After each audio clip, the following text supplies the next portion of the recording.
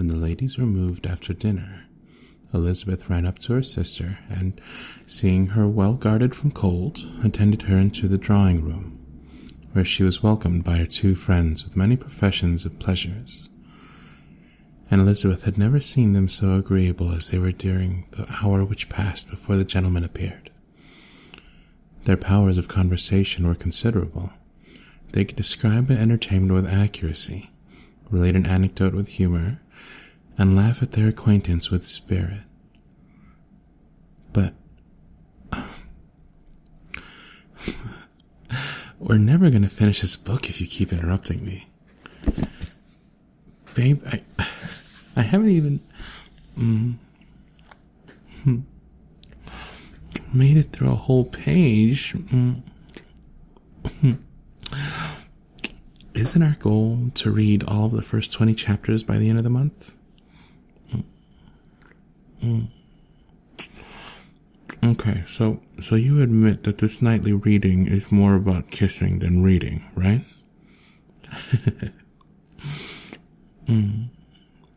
Oh, suddenly coy, are we? What, babe? You want me to keep reading? So, I'm confused. Are you actually going to let me finish this time? Okay. But when the gentleman entered, Jane was no longer the first. What now? Falling asleep is the point, silly.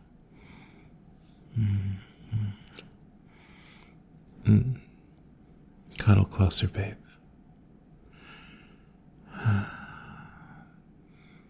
I love reading to you in bed, with you curled up against me and your head on my chest. Last night you fell asleep and I couldn't stand to wake you up. It was just too sweet. But at the same time, we're behind on this chapter now.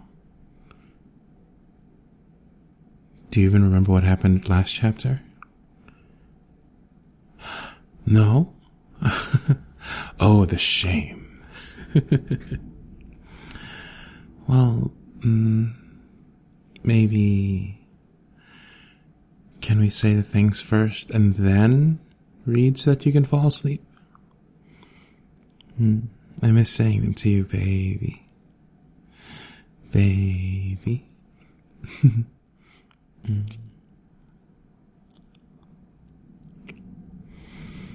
Yeah, I know it seems silly that we do this, but sometimes I think we just need to hear each other say them, you know? Especially in the days when we can both feel our insecurities building up. No relationship is perfect, and we can all feel a little worried about our place in it. I don't want you to forget how much I love you, or how much I want our relationship to last forever. 5 ever. Okay, baby? I'm glad.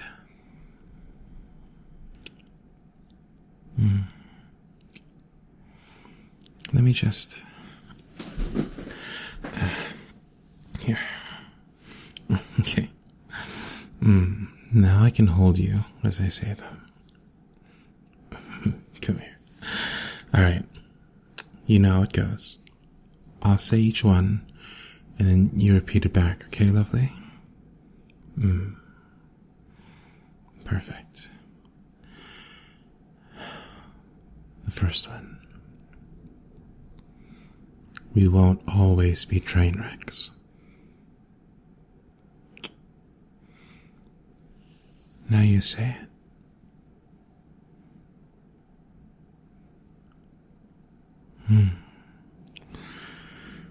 Oh, the way you look at me as you say it is beautiful, baby. Alright, next one. I love you with all I've got.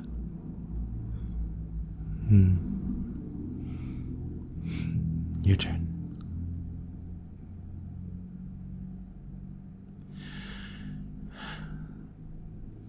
You love me with all you've got.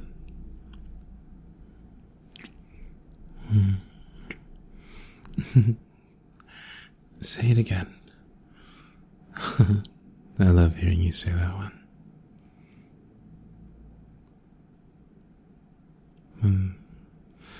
Next one.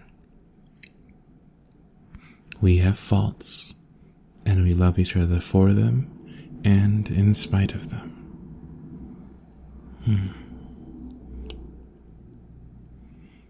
Your turn.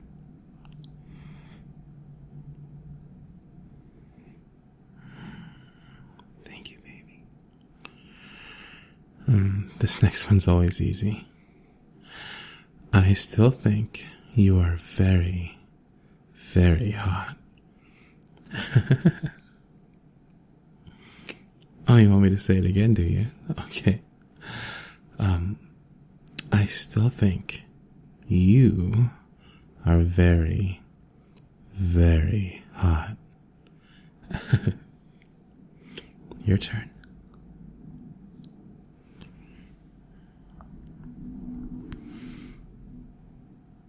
Now my favorite one. Ready? You are, and always will be, my best friend.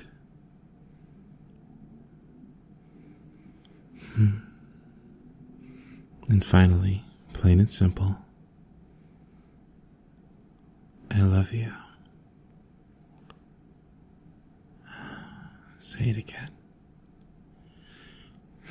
Say it again.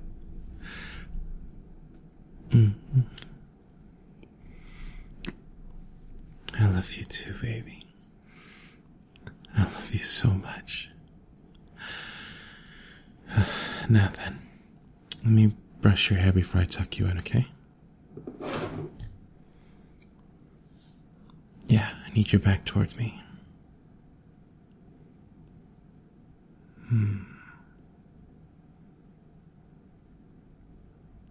I love how soft your hair is. Does that feel good? Oh, more to the right. Okay.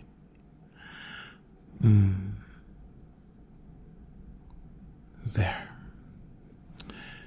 Now, lie back and let me pull the covers over you.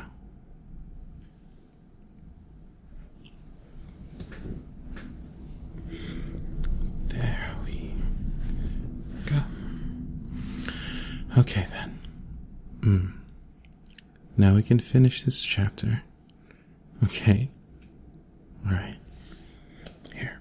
Where were we?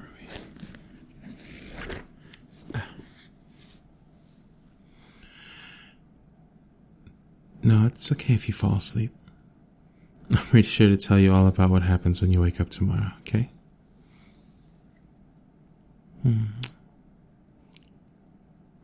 Good night, lovely.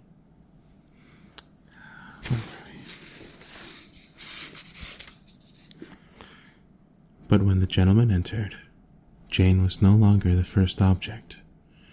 Miss Bingley's eyes were instantly turned toward Darcy, and she had something to say to him before he had advanced many steps. He addressed himself to Miss Bennet. With a polite congratulation, Mr. Hurst also made her a slight bow, and said he was very glad, but diffuseness and warmth remained for Bingley's salutation. He was full of joy and attention. The first half-hour was spent in piling up the fire, lest she should suffer from the change of room, and she removed at his desire to the other side of the fireplace, that she might be further from the door. He then sat down by her and told, scarcely to anyone else. Elizabeth, at work in the opposite corner, saw it all with great delight.